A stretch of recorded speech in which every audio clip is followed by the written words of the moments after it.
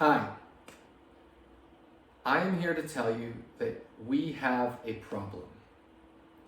The problem is we like our problems. My contention is that our problems serve us.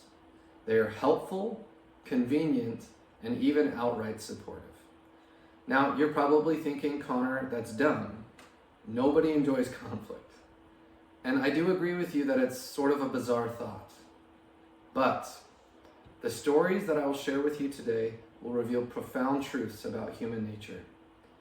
It will challenge the way you perceive your problems and yourself. By the end of this presentation, you will have a new understanding of responsibility and justification. My first story takes us back to the mid-1800s. There was a doctor at a research hospital named Dr. Semmelweis. His hospital had two maternity wards, both with horrendous mortality rates for birthing mothers. One had a death rate of 1 in 10, the other had a death rate of 1 in 50. Still horrible, but more standard for the time. Dr. Semmelweis became obsessed with trying to understand why the first was so bad. In order to do so, he standardized everything about the two wards. He standardized the patient's diets, the air ventilation. He even standardized the positions that the mothers would give birth in. Unfortunately, nothing helped. Eventually, he took leave to work at another hospital, and when he returned 4 months later, to his surprise, the death rate had fallen drastically in his absence. Now, this discovery must have broken his heart. It suggested that he was the problem. After examining his own practices, he concluded that he was transferring particles from research cadavers to patients. So, he implemented for the first time mandatory hand washing among his staff in 1946. Now, this story, Dr. Semmelweis learned to look inward rather than outward when faced with a problem. And this is what it means to take responsibility. In doing so, he carried the weight of the deaths he caused. But many doctors couldn't do that, or they didn't want to feel responsible for that. So they criticized his theory. However, after hand washing was instituted, the mortality rate fell from 1 in 10 to 1 in 100. His hypothesis about spreading particles eventually became known as germ theory. The lesson here is this: because one man took responsibility, billions of lives have been saved over the last 180 years. This next story is about how I like my problems. I have a teenage sister, and I was tasked to look after her while our parents were out of the country. Like most teenagers, she was defiant and made questionable decisions. Enforcing rules became a daily struggle. I had to say, don't have boys in your room, and stop missing curfew, and stop using ChatGPT on your homework. I was clearly out of my depth. One afternoon, she asked me if she could take the car to meet her friends, and I didn't want to let her. But I also didn't have a good reason to say no, so I reluctantly agreed and gave her the condition that she would have to be home at 9 o'clock.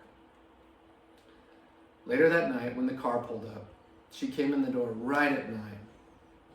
And what do you think I said to her? Well, I certainly wasn't grateful. I said, "Why do you have to push every boundary I set for you?" And with that scornful comment, she walked up to her room and closed the door. See, in that moment, I liked my problem.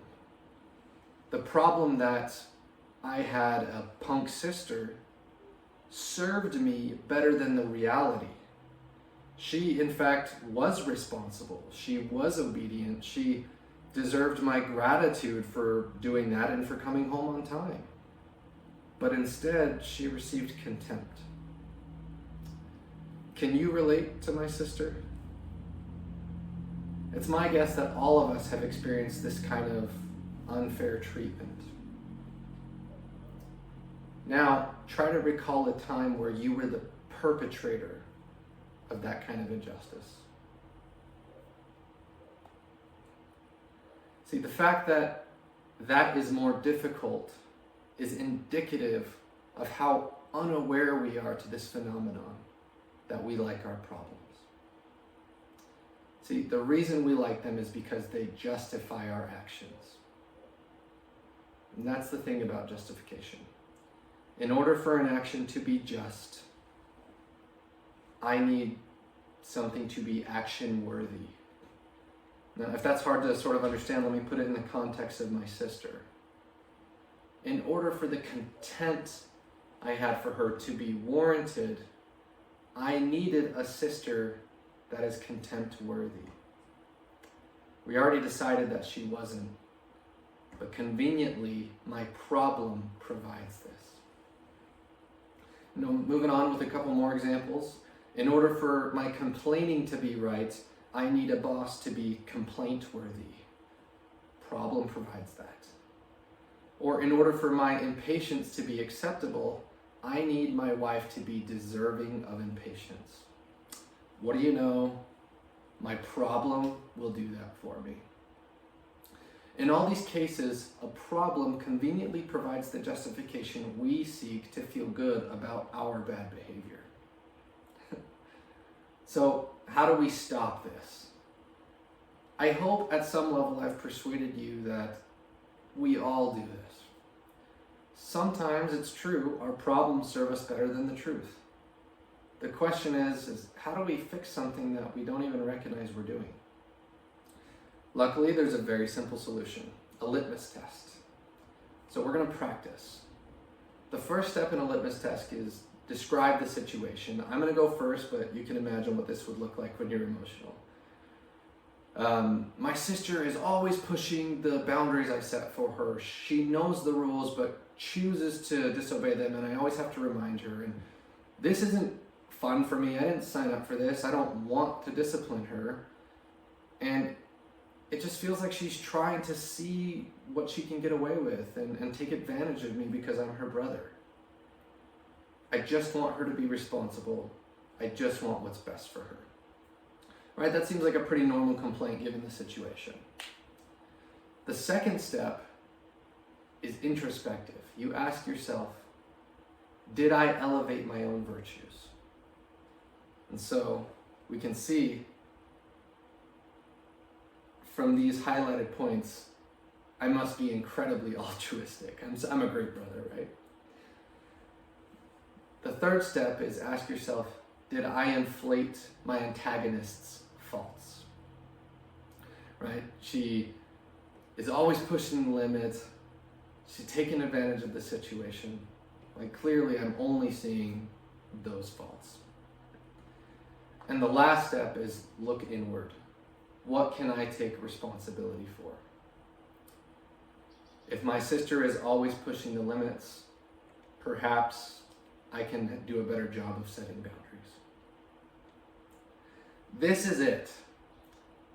If the answer to these first two questions is yes, you're probably choosing your problem over reality. Now, you can't magically stop justifying. It's sort of hardwired into your psyche. But what you can do is check yourself, challenge your perception with these questions, and look inward. It's my invitation to you to try following these simple steps next time you're in conflict. I can't promise you, like Dr. Semmelweis, will save millions of lives, but I can promise that you will uplift those around you, you will have less turmoil and stress, you will be a better leader, and you will invite real justice into the problems of life. Thank you.